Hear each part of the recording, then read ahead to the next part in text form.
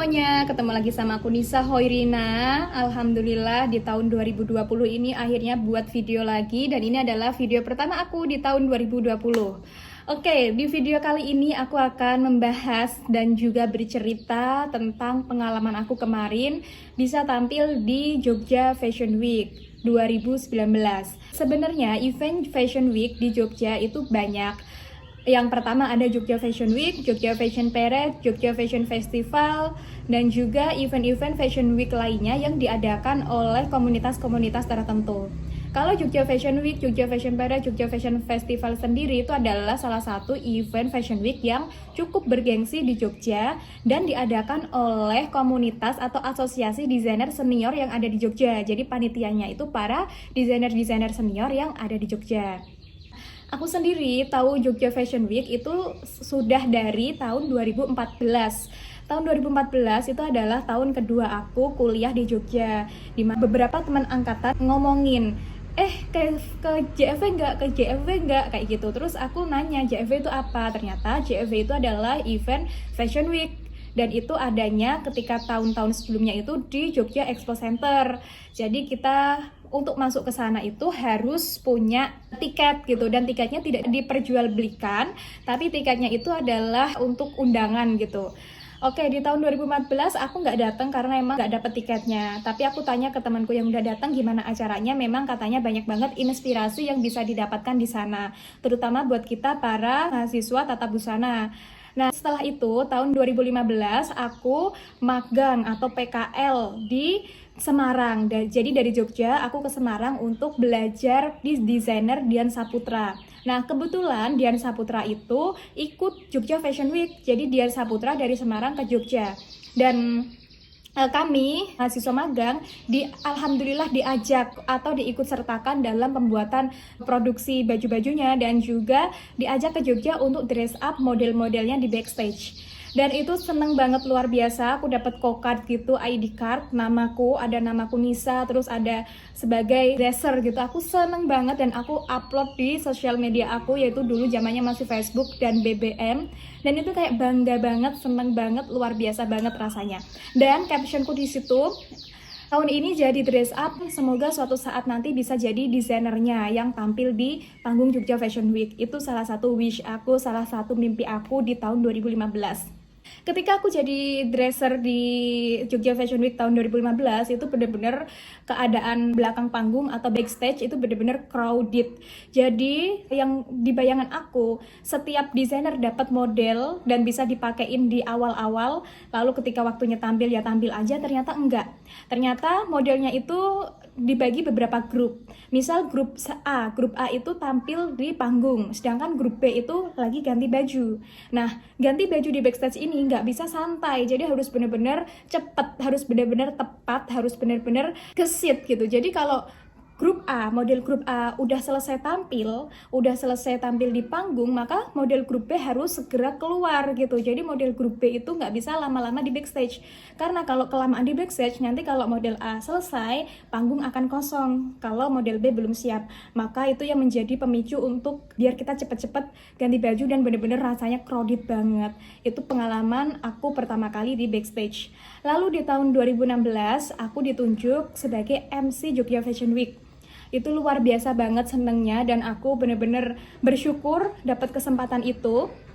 Karena ketika tahun 2016 itu, dosen aku, Pak Afif namanya, beliau menjadi panitia di event Jogja Fashion Week. Tapi bukan berarti aku mahasiswanya lalu aku ditunjuk, enggak. Tapi memang sebelum itu aku beberapa kali nge-MC di kampus maupun di luar kampus. Dan alhamdulillah aku dipilih di event Jogja Fashion Week. Nah, di situ benar-benar luar biasa banget. Aku menyaksikan para desainer di belakang panggung dan juga di panggung, kemudian memandu acaranya, membacakan narasi-narasi sumber ide, narasi-narasi filosofi bajunya, dan itu benar-benar menurut aku luar biasa banget. Dan aku juga masih bermimpi suatu saat ingin tampil di Jogja Fashion Week. Kemudian tahun 2017 dan tahun 2018 aku sebagai penonton. Nah, di tahun 2018 itu ada yang beda dengan Jogja Fashion Week. Kalau sebelum-sebelumnya event Jogja Fashion Week itu diadakan di Jogja Expo Center atau seperti gedung pertemuan yang besar banget yang memang dikhususkan untuk event-event besar, tapi di tahun 2018 itu diadakan di Hartono Mall. Nah, Hartono Mall sendiri adalah salah satu mall terbesar di Jogja. Sehingga itu penontonnya lebih banyak dan penontonnya itu lebih bermacam-macam. Kalau di Jogja Expo Center itu penontonnya adalah orang-orang yang benar-benar tertarik, jadi dia dari rumah langsung datang ke JSC untuk nonton event fashion show. Tapi kalau di Hartono Mall penontonnya itu selain yang benar-benar tertarik tadi, ada juga penonton yang awalnya dia nggak tahu sama sekali, dia niatnya cuma main atau window shopping atau ngapain gitu di mall, tiba-tiba dia lihat ada event fashion show dan dia penasaran dan dia nonton. Dan itu benar-benar keren banget acaranya. Dan tahun 2018 aku sama sekali nggak tahu menahu bagaimana caranya bisa ikut Jogja Fashion Week karena aku taunya sebagai penonton. Nah di situ di tahun 2018 aku sedikit menyesal kenapa kemarin-kemarin nggak nyari info tentang Jogja Fashion Week, kenapa kemarin-kemarin malah nggak tahu ngapain gitu sehingga tiba-tiba sudah berlangsung gitu dan aku nggak tahu menahu tentang infonya. Nah di situ aku ada sedikit nyesel dan aku bertekad tahun 2019 harus ikut. Nah setelah event Fashion Week 2018 selesai, langsung aku nyari info, langsung nyari tahu bagaimana caranya walaupun eventnya masih 1 tahun ke depan. Nah di situ alhamdulillah aku selalu pantengin Instagram dari Jogja Fashion Week, aku selalu pantengin website dari Jogja Fashion Week dan setiap hari aku lihat update-annya. Ketika itu habis lebaran tahun 2018 di-update coming soon Jogja Fashion Week 2019 dan kayak nggak sabar banget padahal itu belum ada CP-nya. Aku udah nge-DM gitu nanyain bagaimana prosedurnya biar bisa ikut event Jogja Fashion Week. Nah setelah itu ketika udah dirilis nih kontak person yang bisa dihubungi untuk event Jogja Fashion Week, aku langsung hubungin. Beliau namanya adalah Mas Nyudi. Beliau adalah salah satu panitia Fashion Week yang benar-benar membantu banyak kami para desainer.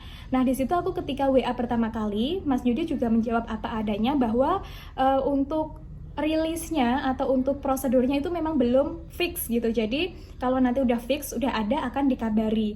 Nah aku menunggu, bener-bener aku tunggu dan aku beberapa kali kayak follow up terus, Mas udah ada belum, karena saking nggak mau ketinggalannya. Nah di situ udah ada syarat-syaratnya dan di situ ada beberapa paket-paket yang bisa diambil. Nah paket-paketnya itu bisa tampil siang, tampil sore atau tampil malam dan juga bisa menampilkan busana pria, busana hijab atau busana wanita non hijab atau busana anak, bisa kita pilih. Dan dari pilihan-pilihan ini tentu saja biaya administrasinya atau harganya itu beda. Semakin malam atau semakin di jam-jam yang ramai itu semakin mahal. Nah, lalu ada pertanyaan, oh jadi kalau ikut fashion show yang penting punya uang dong Kak bisa tampil. Enggak juga sis. Walaupun kita punya uang bermiliar-miliar, kalau memang kita nggak punya karya, lalu karya kita kurang layak untuk ditampilkan di Jogja Fashion Week, maka akan di-reject oleh panitia atau tidak diterima oleh panitia. Dan aku sempat pernah tanya ke panitia event Indonesia Fashion Week, aku mau daftar eventnya. Tapi dari panitianya pun nggak yang langsung ngasih biaya administrasinya, tapi panitia menginginkan saya meng-email dulu desain karya saya dan juga meng-email dulu hasil karya yang sudah dibuat gitu. Jadi dari karya itu pun akan diseleksi. Kalau misal ini udah layak, maka bisa diloloskan ke tahap selanjutnya untuk tampil di event tersebut. Begitu sis. Jadi nggak yang mentang-mentang kita punya uang bisa tampil. Terus gini, apa sih tujuan kita tampil di Jogja Fashion Week? Yang pertama itu untuk branding, kedua untuk promosi. Tapi kalau misal nih bayangin, kita punya uang, bisa tampil, bisa bayar Fashion Week, kita punya uang buat bikin koleksi.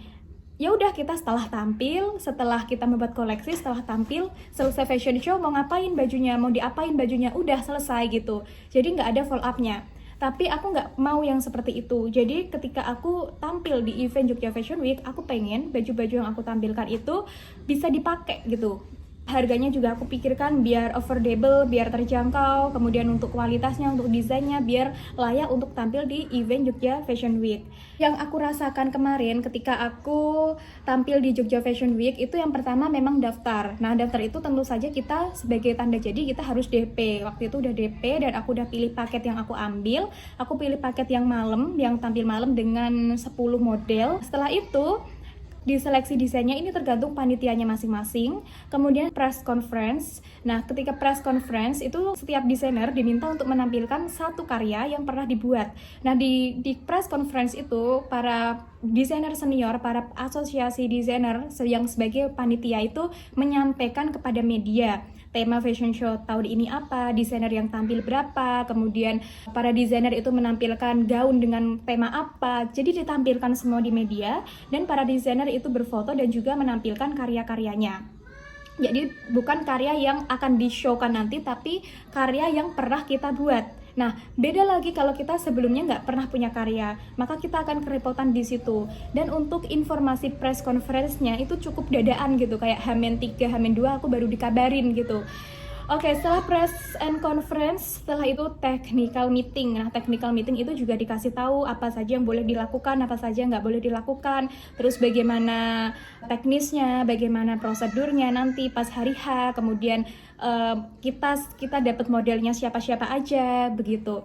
Nah, setelah technical meeting, kita ada dikasih kesempatan untuk fitting. Nah, fitting itu sebenarnya kita dikasih kesempatan sebelum show berlangsung. Jadi, kita show 2 hari lagi. Kita fitting boleh hari ini atau besok gitu. Jadi, fitting itu juga kita dikasih kesempatan untuk memfitting model-modelnya. Jika misal kita mau request, oh ternyata look ini dipakein heel nggak cocok, kita bisa request model untuk pakai sneakers atau pakai flat shoes atau pakai sendal, itu bisa. Atau misal kita nih bajunya pengen yang muslim, yang modest fashion, jadi kita mau request model-modelnya pakai manset, itu bisa, asal bilangnya itu H-men sebelum fashion show. Jadi kalau bilangnya pas hari H itu nggak bisa. Jadi gitu, jadi panitia dan model itu bener-bener helpful banget untuk nolong kita, untuk bantu kita biar look baju yang dipakai itu bener-bener maksimal gitu. Setelah fitting itu ada di hari H itu press release. Nah, ketika misal malam ini aku fashion show, nah sore ini ada press release all designer yang akan tampil di hari itu. Nah, press release-nya itu seperti apa? Jadi kita menceritakan ke wartawan tema apa yang kita ambil untuk karya kita yang akan kita tampilkan, kemudian terinspirasi dari apa, kemudian ada berapa look yang akan kita tampilkan. Jadi nanti wartawan akan meliput itu dan ditampilkan di media cetak koran, seperti itu. Nah, setelah press release, kita saatnya fashion show, dan fashion show-nya itu seperti yang saya paparkan di awal, bahwa model-modelnya itu juga rolling. Jadi ketika model tampil di backstage ini benar-benar crowded untuk mengganti baju model yang akan tampil, dan ini benar-benar harus cepet dan benar-benar harus tepat. Karena baju-bajunya ini udah dikasih plot-plot nih, misal ada 10 baju. Ini baju untuk model Nisa, untuk model Lisa, untuk model Rani, untuk model siapa-siapa gitu. Jadi sebagai kru, sebagai desainer itu nggak boleh salah ambil baju, harus nanyain satu-satu. Model ini namanya siapa, kita carikan baju yang atas nama model tersebut, yang udah diplotkan atas nama model tersebut. Dan itu merupakan pengalaman fashion show aku yang bener-bener aku mimpi-mimpikan sejak tahun 2014. Dan di situ orang tua aku, bapak, ibu, dan juga adik-adik aku datang. Awalnya aku minta mereka aja yang datang ke Jogja, tapi karena ibu aku cerita ke bude, ke mbah itu pada ikut gitu. Jadi mbahku, bude, sepupu, ponakan-ponakan semuanya tuh pada ikut ke Jogja, bahkan sampai booking 6 kamar hotel, dan memang bener-bener penuh banget gitu, rame banget. Dan itu aku luar biasa banget, aku seneng banget disupport sampai segitunya. Sepupu-sepupu aku yang biasanya sibuk kerja tapi meluangkan waktu 2 hari untuk nonton aku fashion show. Aku bener-bener merasa seneng banget di situ. Nah, selain itu juga ada datang teman-teman dan juga teman-teman aku di Instagram maupun di media sosial lain yang datang untuk support aku. Terima kasih ya udah datang waktu itu di fashion show. Jadi itu adalah salah satu pengalaman aku fashion show di Jogja Fashion Week. Semoga pengalaman aku ini bisa diterima, dan terima kasih sudah menonton video ini. Sampai ketemu di video selanjutnya. Bye bye.